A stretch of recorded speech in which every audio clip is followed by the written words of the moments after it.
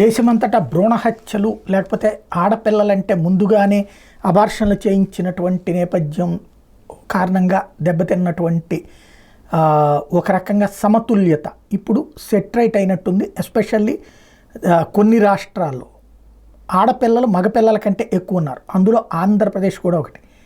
కేరళలో ప్రతి 1000 మంది అబ్బాయిలకి 1138 మంది అమ్మాయిలతో దేశంలో అగ్రభాగానుంది. ఆ తర్వాత మేఘాలయ ప్రతి 1000 మంది అబ్బాయిలకి 1058 మంది అమ్మాయిలు ఉన్నారు. ఒరిస్సా ప్రతి 1000 మంది అబ్బాయిలకి 1049 మంది అమ్మాయిలు ఉన్నారు. తమిళనాడు ప్రతి 1000 మంది అబ్బాయిలకి 1045 మంది అమ్మాయిలు ఉన్నారు. ఆంధ్రప్రదేశ్ 1000 మంది అబ్బాయిలకి 1032 మంది అమ్మాయిలు ఉన్నారు.